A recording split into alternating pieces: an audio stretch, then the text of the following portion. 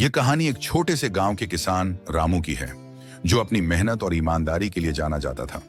वह अपनी पत्नी सीता और बेटे मोहन के साथ सुखी जीवन व्यतीत कर रहा था। सुबह का समय था, सूरज की किरणें धरती को आलोकित कर रही थीं।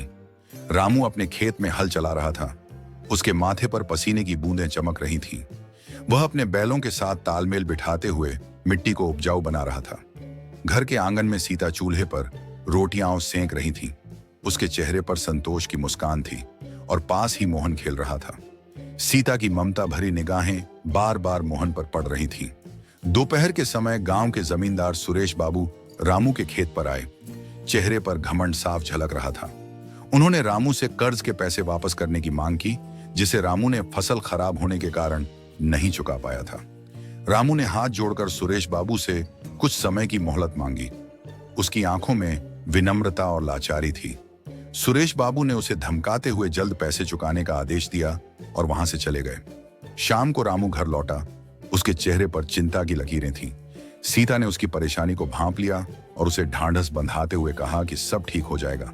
उसकी बातों में विश्वास और प्रेम झलक रहा था। मोहन अपने पिता के पास आकर उनकी गोद में बैठ गया। उसने अपने नन्हे हाथों से रामू के चेहरे को छूते हुए पूछा, पिता, आप उदास क्यों हैं? रामू ने मुस्कुराते हुए उसे गले से लगा लिया। रात के समय रामू घर के मंदिर में दीप जलाकर भगवान से प्रार्थना कर रहा था।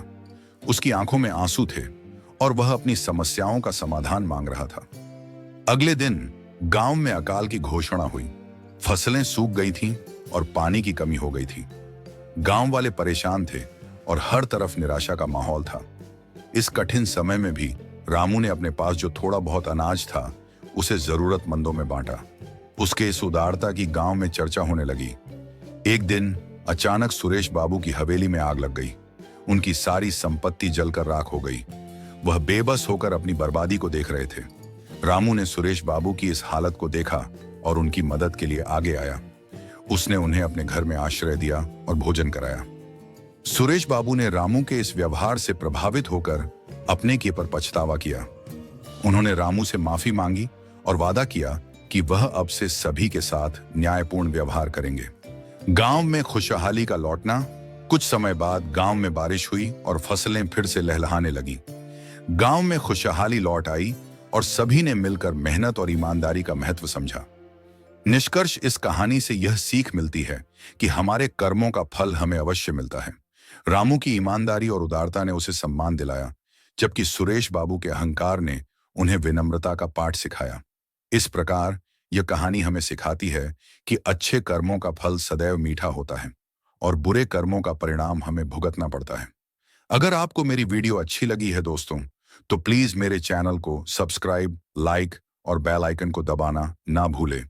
मिलते हैं नेक्स्ट वीडियो में। तब तक के लिए जय हिंद, जय भारत।